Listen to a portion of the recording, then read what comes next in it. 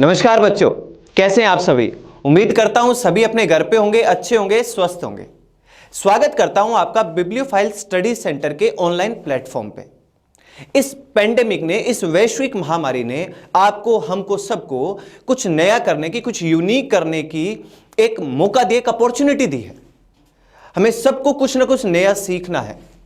जो बच्चे अपने घर पे बैठे हैं उन्हें बिब्लियोफाइल स्टडी सेंटर इस ऑनलाइन प्लेटफॉर्म के थ्रू कुछ ऐसा सिखाने की कोशिश कर रहा है जो काम आप ऑफलाइन में भी नहीं कर पाओगे। एक कहीं ना कहीं एक तरीके से ये ऐसी मेंटेलिटी रहती है, हमारे दिमाग में ये रहता है कि ऑनलाइन में हम उतना टीचर के साथ इंटरेक्ट नहीं कर पाते जितना ऑफलाइन में कर पाते हैं। और इसी बात को गलत साबित करेगा बिब्लियोफाइल स्टडी सेंटर का ये ऑनलाइन प्रोग्राम। आपको बिल्कुल भी ये नहीं लगेगा कि आप स्क्रीन के उस तरफ है और मैं स्क्रीन के इस तरफ। हमें बिल्कुल ऐसा फील होगा जैसे हम आपस में ही इंटरेक्ट कर रहे हैं। और ये हमारा जो इंटरेक्शन होगा यही आपकी सक्सेस स्टोरी में आपका सबसे बड़ा हथियार बनेगा। आपके और मेरे बीच में बाकी और जितने भी टीचर्स जो इस प्लेटफॉर्म के साथ जुड़े हुए हैं, ये सब आपके साथ इस तरीके से जुड़ेंगे और इस तरीके से इंटरेक्ट करेंगे कि आपको किसी तरीके की कोई प्रॉब्लम, कोई आपके दिमाग में डाउट नहीं रहेगा।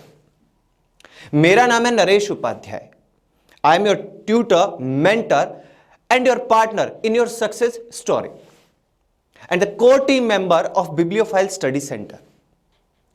आज अब सबसे पहली बात जो आती है वो तो ये आती है कि मैं आपको क्या सिखाने जा रहा हूं। इंग्लिश लैंग्वेज पढ़ाऊंगा मैं आपको। अब इंग्लिश, जैसे कि मैंने इसके साथ ही ऐड कर दिया, लैंग्वेज ये एक भाषा है और भाषा को अगर आपने सीखना है तो इसमें कुछ बातें हैं, कई सारे फैक्टर इसमें इधर उधर से हमें जोड़ने पड़ते हैं, तब कहीं जाकर आप भाषा के अंदर एक तरीके से कहते हैं ना, निपुण हो पाओगे। आप में वो एबिलिटी आएगी कि आप उस भाषा को सही से इंप्लीमेंट कर पाओगे।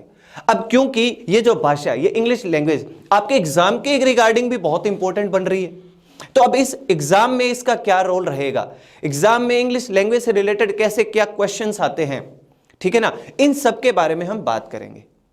तो पहले मैं आपको थोड़ा सा ब्रीफ करता हूं हमारे आज के लेक्चर के बारे में और हमारे विजन के बारे में। बिब्लियोफाइल स्टडी सेंटर आपको इंग्लिश लैंग्वेज में उस मुकाम तक पहुंचाने की पूरी कोशिश करेगा जहां आप ये सीखोगे कि, क्योंकि आपने ये महसूस किया होगा, मैथमेटिक्स की आपने कभी कोचिंग करी होगी, कहीं भी पढ़ा होगा, मैथमेटिक्स में एस्पेक्ट्स क्लियर हो जाते हैं एक हद तक जाकर, लेकिन इंग्लिश लैंग्वेज में हमेशा बच्चे को कहीं ना कहीं किसी ना किसी तरीके का डाउट रह ही जाता है। तो आज का जैसे मेरा टाइटल ही है, let's make our foundation sound and strong. अगर हमारा फाउंडेशन, हमारी नींव मजबूत नहीं होगी तो बेटा यकीन मानिए आप आगे जाकर कहीं ना कहीं आपको छोटी छोटी बातें जो हैं वो प्रॉब्लमेटिक तौर पे आपके सामने आनी शुरू हो जाएंगी। और इन्हीं से पार पाने के लिए मैं आपके साथ हूं, मैं आपसे इंटरेक्ट करूंगा। आपका कोई भी किसी भी तरीके का डाउट होगा वो मैं आपको बताऊंगा कि किस तरीके से उसे सोल्व करना है। इस क्लास को इस तरीके से बिल्कुल भी नहीं देखना कि मेरे सामने कैमरा है और आप अपने मोबाइल पे या कंप्यूटर लैपटॉप पे देख रहे हो। आपको, मुझे ऐसा लगना चाहिए हम साथ में मिलके, और आपकी जो सक्सेस स्टोरी है ना, मैं उसमें कहीं ना कहीं आपके साथ रहूं, आपके बिल्कुल जब आप अपने मुकाम पे पहुंचो तो आपको मैं आपके पीछे खड़ा हुआ दिखूं, आपको लगे कि टीचर हर टाइम पे हमारे साथ था, इंटरेक्ट किया। अब जो हमने टाइटल रखा है लेट्स मेक, चलिए बनाते हैं हमारी इस फाउंडेशन को, हमारी इस नींव को साउंड एंड स्ट्रॉन्ग, मजबूत बनाते हैं, दमदार बनाते हैं। और ये दमदार कैसे होगा, क्या करेंगे हम ऐसा? इस दमदार को बनाने के लिए मैं बिल्कुल बेसिक से शुरू करने जा रहा हूं, बिल्कुल पॉइंट टू पॉइंट, एक एक चीज को इतनी बारीकी से। अब देखिए ये एक डिजिटल बोर्ड है, इस डिजिटल बोर्ड का फायदा क्या होगा कि टीचर की प्रोडक्टिविटी बढ़ जाती है और यही प्रोडक्टिविटी आपका कहीं ना कहीं फायदा करवा जाती है। इसमें ऐसी बहुत सी चीजें हम सीखेंगे जहां आपको लगेगा कि देखिए, क्या पेपर के क्वेश्चंस जो भी आपके पुराने एग्जाम के अंदर जो क्वेश्चंस है वो नहीं करेंगे? बिल्कुल डेफिनेटली करेंगे। समझ में आ रही है आपकी बात? वो कैप के बारे में भी चर्चा करेंगे। अब मैं आपको पहले थोड़ा सा ब्रीफ कर देता हूं। देखो, अब ये जो हमारा फाउंडेशन, इसको साउंड और स्ट्रॉन्ग कैसे बनाएंगे देखते हैं, चलिए। देखो, there are 3 pillars of English language. Like English language को अगर सीखना है ना, 3 पिलर्स, 3 पिलर है, 3 आधार स्तंभ है इसके। और कौन कौन से हैं? ग्रामर, और ये बी यहां से गायब हो गया, इसको मैं यहां पे मेंशन कर देता हूं, वो कैब, जिसे आप वोकैबुलरी कहते हैं, और थर्ड पार्ट अपना रीडिंग एंड अंडरस्टैंडिंग। ये 3 जो पार्ट है ये पिलर्स हैं। पिलर्स का मतलब ये मेन आधार स्तंभ हैं आपके। Grammar, vocabulary, reading and understanding. आप यहां पे कई बार कॉम्प्रिहेंशन पार्ट भी देखते हो। देखिए ये क्या है, ग्रामर में ग्रामर के कुछ टॉपिक होंगे जो मैं आपको टॉपिक वाइज हर एक टॉपिक आपका कवर करवाऊंगा। आपको यहां पे रूल्स के तले नहीं दबाऊंगा मैं, यूं नहीं होगा कि रूल्स के तले दबा दिया जाएगा आपको, किसी भी टॉपिक के कोई 50 रूल्स लिखवा दिए, नहीं, बिल्कुल नहीं। अगर आप कंटिन्यू करेंगे मेरे साथ, इस प्लेटफॉर्म के साथ, डेफिनेटली आप ये महसूस करेंगे कि आपने वो सीखा है जो आप कहीं नहीं सीख सकते थे। ये मेरा प्रॉमिस है आपसे। हर एक टॉपिक के बाद हम उसके कुछ जो भी प्रॉब्लम्स होंगे, जो पुराने पेपर के जो क्वेश्चंस आए होंगे, उनको यहां पे डाउट उनका क्लियर करेंगे कि कैसे किस तरीके से प्रश्न बनाता है एक एग्जामिनर। हर एक बारीक से बारीक चीज के बारे में यहां पे मैं आपको सिखाऊंगा। ग्रामर के अंदर कौन कौन से टॉपिक होंगे अभी मैं आपको आगे बताऊंगा। वोकैबुलरी, वोकैबुलरी में क्या क्या पार्ट होगा, कैसे कैसे आपने पढ़ा है, वो मैं आपको बताऊंगा। And reading and understanding, this is the best and this is the most important part of English language. पूरी दुनिया ग्रामर पे जोर दिए रहती है, वोकैब पे भी किस तरीके से जोर दिया रखता है, जो कि आपको कहीं ना कहीं है ना एक लेवल पे जाके बोरियत महसूस करवा देता है। हां मैं सही कह रहा हूं, एक लेवल पे जाकर बोरियत महसूस करवा देता है, लेकिन यहां ऐसा बिल्कुल भी नहीं होगा। ये जो पार्ट है ना, रीडिंग एंड अंडरस्टैंडिंग, ये इतना इंपॉर्टेंट है बेटा, यकीन मानिए। जब तक आपकी रीडिंग एबिलिटी स्ट्रांग नहीं होगी, अंडरस्टैंडिंग समझ आपके नहीं आएगा, सामने क्या लिखा हुआ है वो जब तक आप समझ नहीं पाते हो ना, तब तक चीजें क्लियर नहीं हो पाती। जो सामने लिखा गया है उसे समझना बहुत जरूरी है कि क्या कहना चाहता है, क्या सेंस डेवलप हो रहा है वहां पे। उसका sense is must for you regarding English language. Mark my words, sense is must. जब तक आपके सेंस समझ में नहीं आएगा, आप चाहे ग्रामर के कितने ही रूल्स को क्रैमिंग कर लें, कितने उनका रट्टाफिकेशन कर लें, यकीन मानिए आप में वो एबिलिटी नहीं आ पाएगी और आपके मार्क्स उस लेवल के नहीं आ पाएंगे। यही बात होती है वोकैब के साथ। वोकैब में बच्चा क्या करता है, सिनोनिम्स, एंटोनिम्स, वन वर्ड, ये रट्टाफिकेशन करता है, क्रैमिंग करता रहता है, लेकिन क्या उसने कभी उनको इंप्लीमेंट करके देखा? आप छोटे छोटे सेंटेंस बना के देखते हो, मैं मानता हूं sentence banana is a tough task, बच्चा ये काम नहीं करता, उसको सब कुछ अपने हाथ पे चाहिए कि टीचर ही सब कुछ करके दे। ओके, हम करेंगे ये आपके लिए, लेकिन सेंस अगर आप बराबर अपना कंटिन्यू साथ चलते रहेगा आपका, तो फिर बात का मजा अलग ही होगा, आपके मार्क्स अलग ही देखने को मिलेंगे। ये पूरी की पूरी भाषणबाजी मैं क्यों कर रहा हूं? This is my first lecture for you. ये पहला लेक्चर है, यहां पे मैं थोड़ा सा आपको ब्रीफ करना चाहता हूं कि ये क्लास आगे किस तरीके से जाने वाली है, आज के लेक्चर में क्या कुछ होने वाला है। आज मैं आपको इस पूरा जो मैंने कहा है ना, फाउंडेशन को साउंड एंड स्ट्रॉन्ग बनाएंगे, ये फाउंडेशन वाली लाइन जो है कहां जाकर बिल्कुल आपको इंप्लीमेंट करनी है, अभी बताता हूं मैं, रुको आप पहले देख लेते हैं एक बार। देखो, ये ग्रामर के टॉपिक्स जो आप इस प्लेटफॉर्म के साथ जुड़े रहकर, बिब्लियोफाइल स्टडी सेंटर के प्लेटफॉर्म के साथ जुड़े रहकर ये सारे टॉपिक किस तरीके से कवर करोगे, मैं एक बार आपको ब्रीफ कर देता हूं। टेंस, देखो टेंस में एक पार्ट और है, सीक्वेंस ऑफ टेंस। क्या है? Sequence of tense.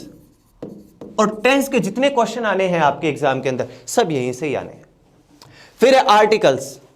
अब आर्टिकल जनरली आप समझते हो ना कि आर्टिकल ए होता है, एन होता है, दा होता है, लेकिन ये कहां अप्लाई किए जाते हैं? अब कई बच्चे सोचते हैं कि यूनिक थिंग्स के पहले आर्टिकल दा लगता है, ठीक है ना, ताजमहल के पहले दा लगा दोगे, व्हाइट हाउस के पहले दा लगा दोगे, प्रेसिडेंट हाउस के पहले दा लगा दोगे। बेटा ये सब तो लगे लुगाई थे, आपने क्या किया, ये सारी चीजें आप सीखोगे आर्टिकल के टॉपिक में। डिटर्मिनर्स, ये एडजेक्टिव के ही पार्ट होते हैं, फिर चाहे बात आप डिटर्मिनर की करो चाहे आर्टिकल्स की करो, ये एक किसका पार्ट होता है? एडजेक्टिव का ही पार्ट होता है। लेकिन हम इन्हें इलैबोरेट करके, डिफरेंशिएट करके अलग अलग तरीके से आसानी से समझेंगे। इनके रिगार्डिंग जो जो इंपॉर्टेंट क्वेश्चंस होते हैं वो सीखेंगे, ठीक है ना। Active and passive voice, SSC की तैयारी कर रहे हो, एक्टिव पैसिव वॉइस और नरेशन की क्या इंपॉर्टेंस है, ये आपसे ज्यादा और कौन समझेगा।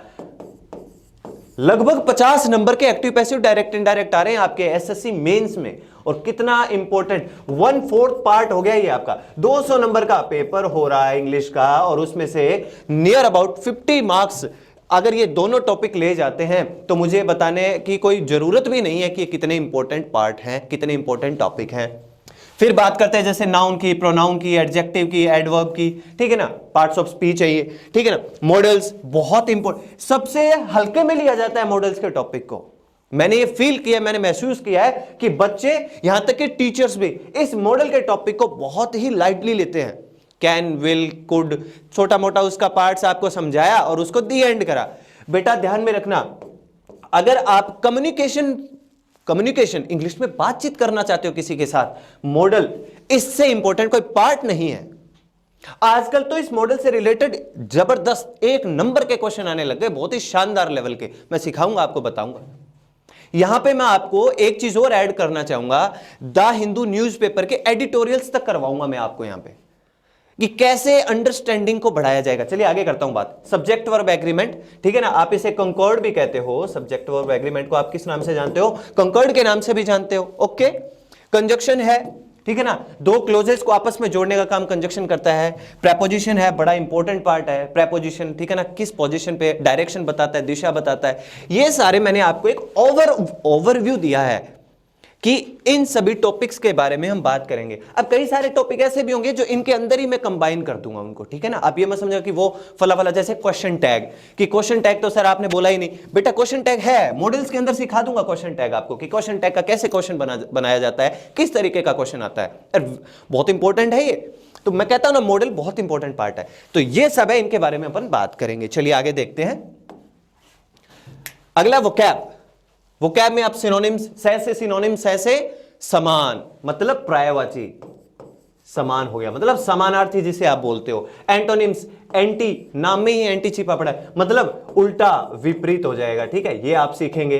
वन वर्ड सब्स्टिट्यूशन सीखोगे। इडियम्स और फ्रेजेस, मुहावरे, लोकोक्तियां। देखिए इडियम्स तो क्या होता है? मुहावरे, और फ्रेजेस क्या होता है? लोकोक्तियां, ये आप सीखेंगे। होमोनिम्स सीखेंगे। मिसस्पेल्ट, एक ऐसा पार्ट मिसस्पेल्ट जिसको मॉडल्स के तौर पे ही लाइटली लिया जाता है, और ये बहुत इंपॉर्टेंट होता है। ये आपकी वोकैब तो इंप्रूव करवाता ही है, साथ ही साथ इसके क्वेश्चन भी आते हैं पेपर में। तो मिसस्पेल्ट इज वेरी इंपॉर्टेंट टॉपिक। चलिए आगे देखते हैं और क्या क्या सीखोगे आप। ये असली चीज, दैट्स, इसके बिना कुछ नहीं है। आप कितने रूल्स का रेक्टिफिकेशन कर लो, कितनी वोकैब सीख लो, अगर ये पार्ट आपका कमजोर है, यकीन मानिए मैं ये भी कह सकता हूं आपका सिलेक्शन ही नहीं होने वाला। अगर आपने इस पार्ट पे फोकस नहीं करा तो किसी भी कोचिंग के अंदर इन पार्ट्स के इनको इस लेवल पे नहीं करवाया जाता जितनी इनकी इंपॉर्टेंस होती है। इनको एक तरीके से आप ये मान के चलो अंडर कवर रखते हैं।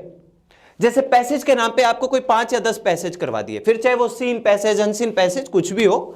फिर आता है क्लोज टेस्ट। क्लोज टेस्ट के नाम पे 5 या कोई 10 क्लोज टेस्ट आपको करवा दिए जाते हैं। फिर बात करते हैं PQRS, पैराजंबल जिनको बोलते हो, इनके भी कोई 5-10 करवा दिए जाते हैं। बच्चे को ये लगने लग जाता है कि हाँ भाई मुझे तो आने लग गए। टीचर ने अपनी क्या होती है, एक रेस्पॉन्सिबिलिटी होती है इन टॉपिक्स को कवर करवाने की, वो करवा देता है। No, this is not fair. Exam में आपके एग्जाम का लेवल इस तरीके से बढ़ चुका है, उसकी इंपॉर्टेंस इतनी हाई एक्सपेक्टेशंस होने लग गई हैं कि आप इनके कोई 5-10 करके और आप सोचो कि मेरे मार्क्स इंप्रूव हो जाएं, इम्पॉसिबल। क्योंकि मैंने यहां नाम में ही क्या लिखा है, अंडरस्टैंडिंग, समझ। और समझा कोई सकता है क्या? समझना खुद को पड़ता है, अंडरस्टैंडिंग डेवलप करनी पड़ती है, और ये डेवलप करवाने का एक रास्ता होगा जो मैं आपको बताऊंगा। यहां मैं बात कर रहा हूं इसकी,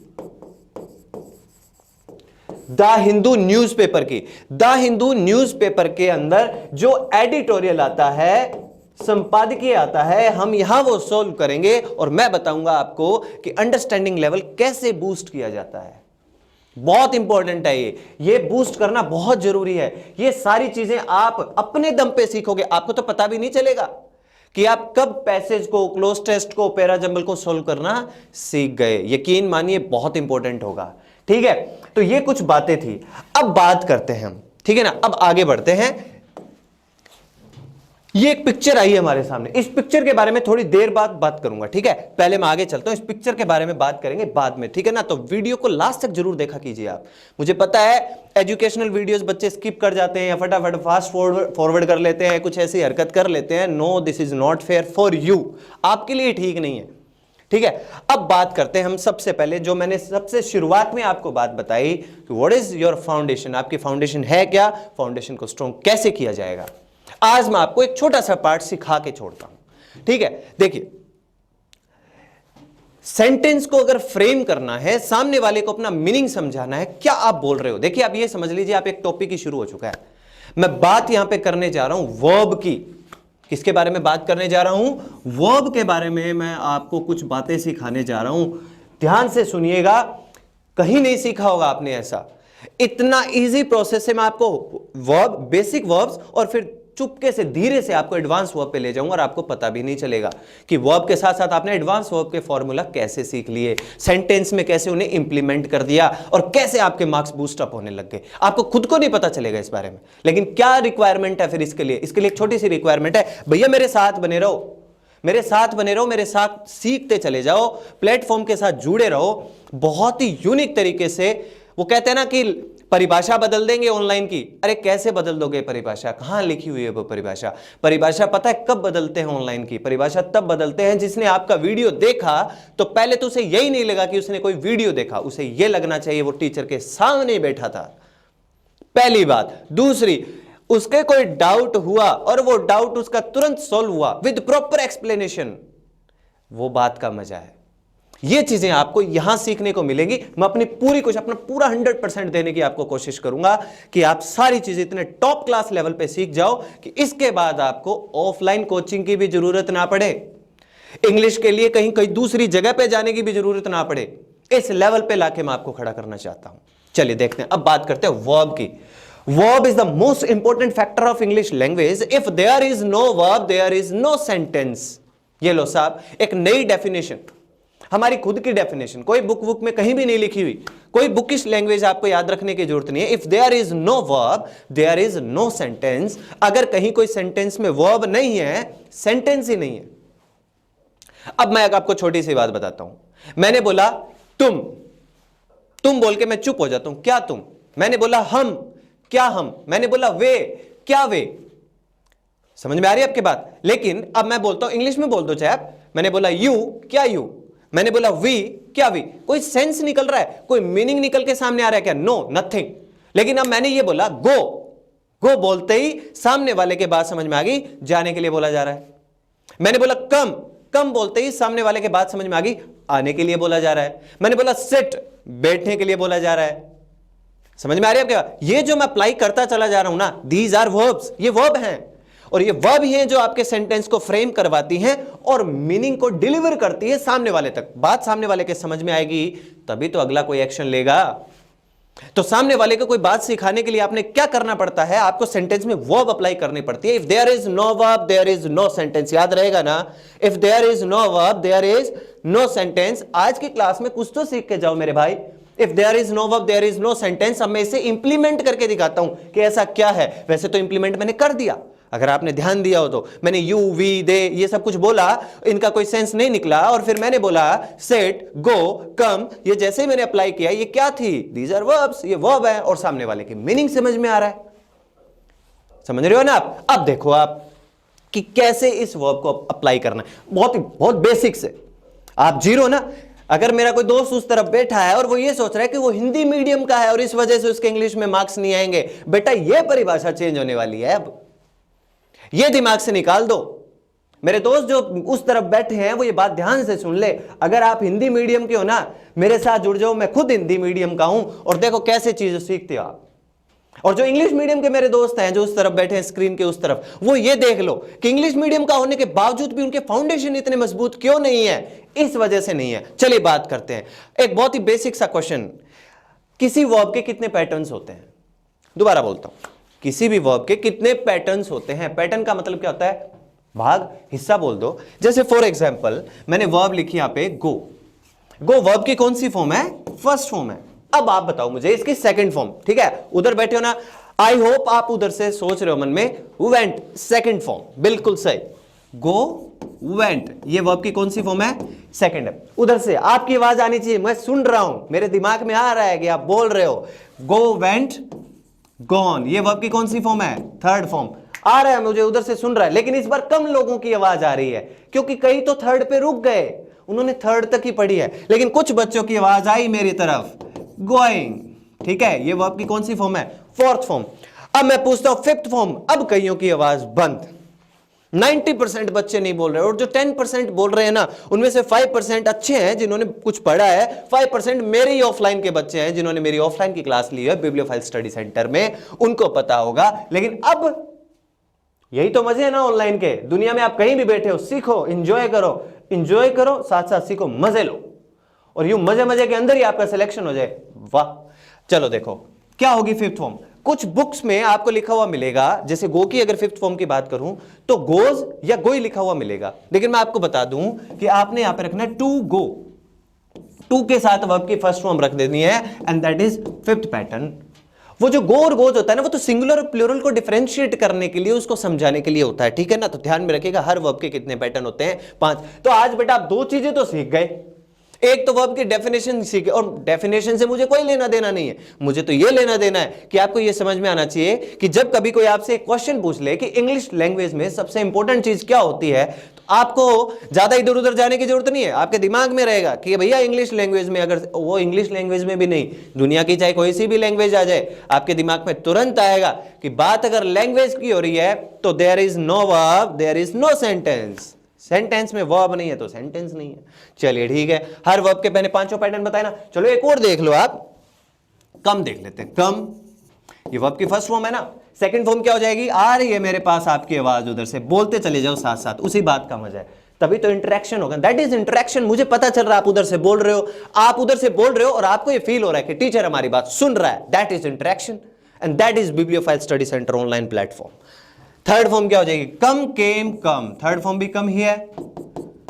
फिर फोर्थ फॉर्म क्या हो जाएगी, लगा दो बेटा आईएनजी। अब देखो एक बार पहले मैं ये लिख देता हूं, ये होगी कमिंग। अब कई बच्चे क्या कहते हैं कि सर इसे तो वर्ब के फर्स्ट फॉर्म प्लस आईएनजी बोला जाता है ना। अरे बेटा ये लाइन जब बोला करो जब आपको इसका नाम नहीं पता हो। अब तो आपको पता है कि हर वर्ब के 5 पैटर्न होते हैं, फोर्थ पैटर्न वो होता है जिसमें आईएनजी लगा रहता है ना, तो ये वर्ब का फोर्थ पैटर्न होता है। फिर फिफ्थ के बारे में बात करते हैं। Fifth is two plus verb की फर्स्ट फॉर्म लिख दो, ये लो टू कम, ये वर्ब का कौन सा पैटर्न हो गया, फिफ्थ पैटर्न हो गया। गॉट इट, समझ में आई आपके बात। तो ये हो गए वर्ब के 5 पैटर्न।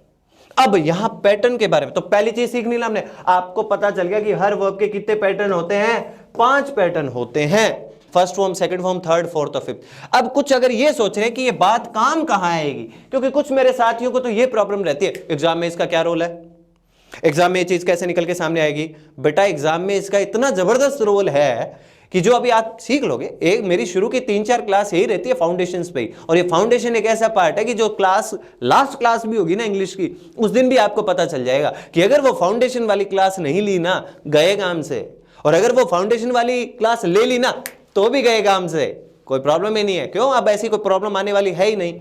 चलिए देखते हैं, ये क्लियर है ना। चलिए आगे चलते हैं, मैं आपको एक चीज और सिखाता हूं। देखो बड़ी इंपॉर्टेंट चीज है, एक वर्ब आएगी बहुत important, and that is be. Be का मतलब क्या होता है, होना।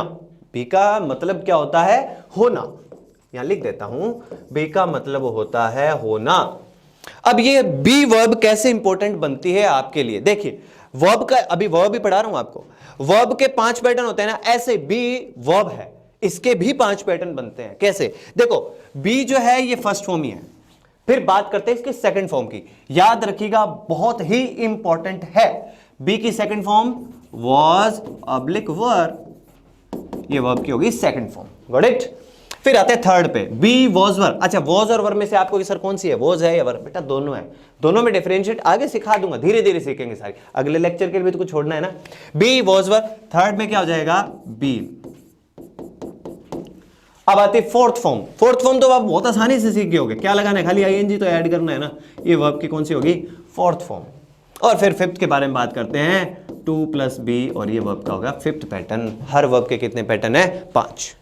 अब ये बी की वर्ब क्यों इंपॉर्टेंट है मैं बताता हूं, एक चीज और सीख लो आप यहां पे। इस बी की कुछ एसोसिएट वर्ब्स होती हैं। क्या होती हैं, एसोसिएट वर्ब्स हैं, और वो कौन कौन सी हैं मैं बता देता हूं आपको, ध्यान में रखिएगा। Is, am, are, was and were, ये ध्यान में रखने आपने। इस बी के एसोसिएट फॉर्म्स होती हैं इज, एम, आर, वॉज, वर, ये आपने ध्यान में रखनी है, ध्यान रखिएगा इस बात का, ठीक है। Got it. तो बी की first form, second form, third, fourth, fifth ये रही। फिर मैंने इसके एसोसिएट वर्ब्स बता दिए आपको, इज, एम, आर, वॉज, वर, ये वर्ब्स है, इज, एम, आर, वॉज, वर ये है, ठीक है ना। ऐसे ही एक चीज और सिखाता हूं आपको, हैज और हैव।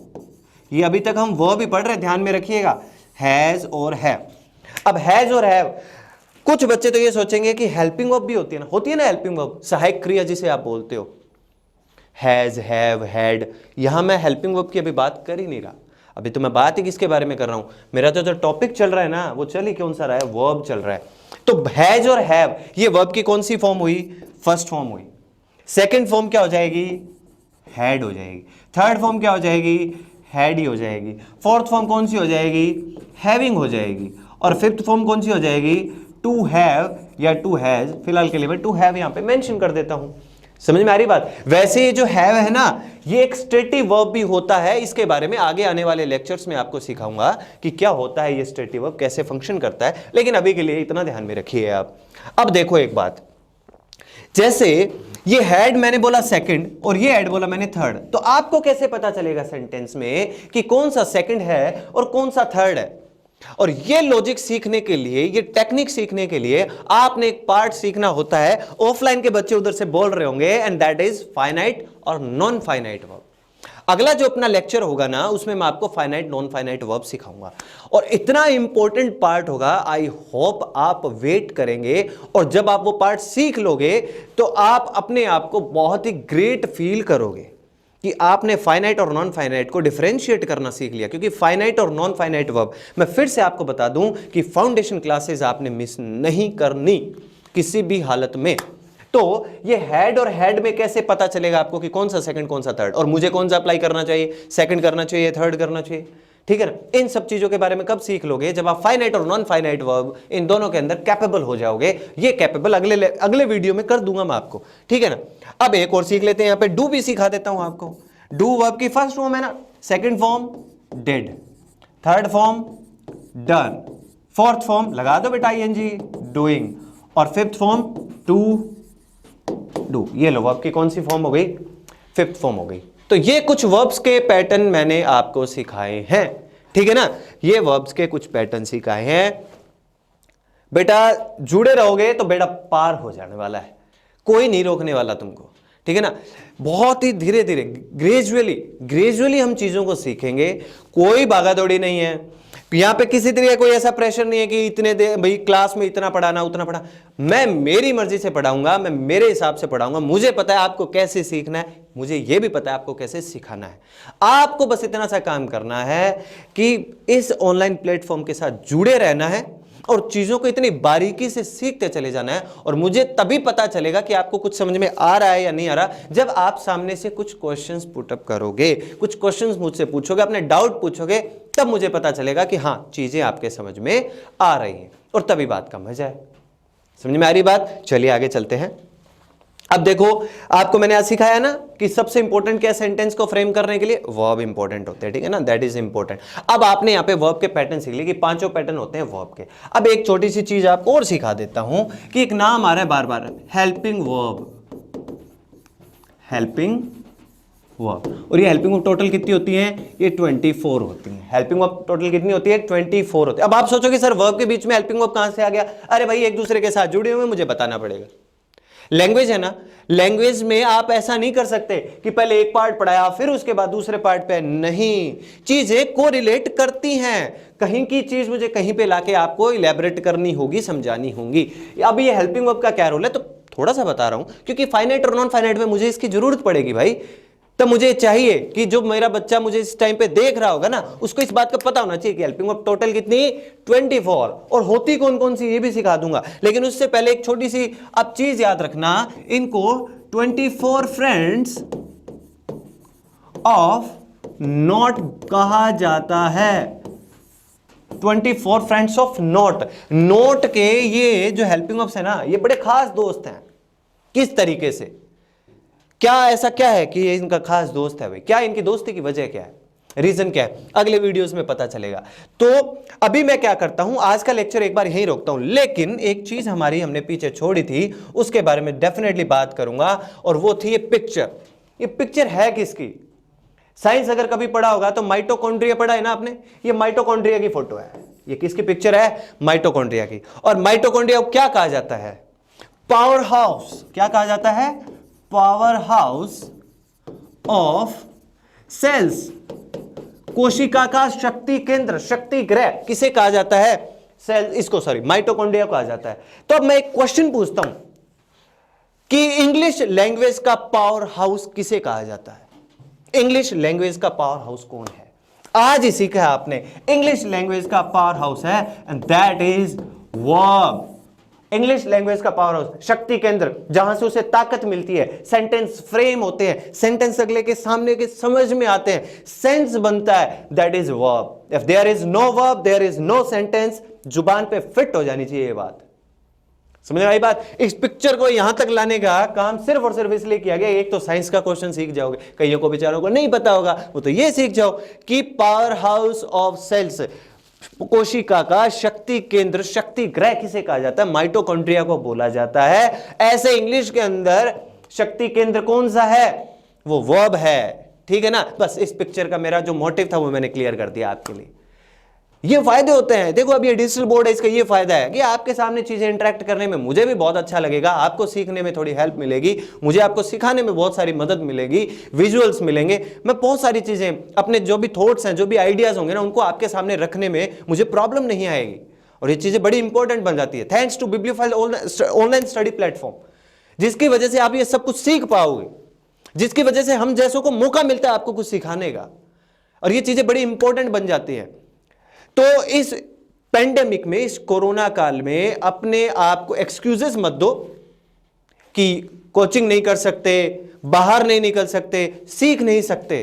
सीखो ना, किसने रोका आपको? कोई नहीं रोक सकता आपको। साथ में जब बिब्लियोफाइल है आपके, रुकने का सवाल ही पैदा नहीं होता। सीखो जितना सीखना है, खुद को करो इतना ग्रूम कि आप इस कोरोना पेंडेमिक, ये जब पेंडेमिक निकलेगा ना, काश जल्दी निकले, ये जल्दी इस दुनिया से विदाई ले, ये जब ये निकले तो आप अपनी जॉब के लिए निकलो कि मेरी पोस्टिंग आ चुकी है, ये उम्मीद करता हूं मैं। तो आज के लेक्चर को यहीं रोकता हूं। ठीक है, आज मैंने थोड़ा आपके सामने, आज हमने वैसे तो बहुत कुछ सीखा है, ठीक है ना, लेकिन फिर भी मैंने आपके सामने कुछ चीजें इलैबोरेट करी। ये क्या इलैबोरेट मैंने आपके सामने, वर्ब का पार्ट छोटा सा मैंने आपके सामने क्लियर करा। अगली क्लास में हम फाइनाइट और नॉन फाइनाइट वर्ब को सीखेंगे, जबरदस्त तरीके से सीखेंगे, सबसे आसान तरीके से सीखेंगे, आई प्रॉमिस, सबसे आसान तरीके से सीखेंगे। ठीक है ना? तो घर पे रहिए, स्वस्थ रहिए, बिना मतलब के बाहर मत निकलिए, मास्क चेहरे पे रखिए, अपने आप को सुरक्षित रखो, परिवार को सुरक्षित रखो। बिब्लियोफाइल आपके स्वास्थ्य की उम्मीद करता है, अच्छे स्वास्थ्य की उम्मीद करता है। अपने घर पे रहिए। धन्यवाद।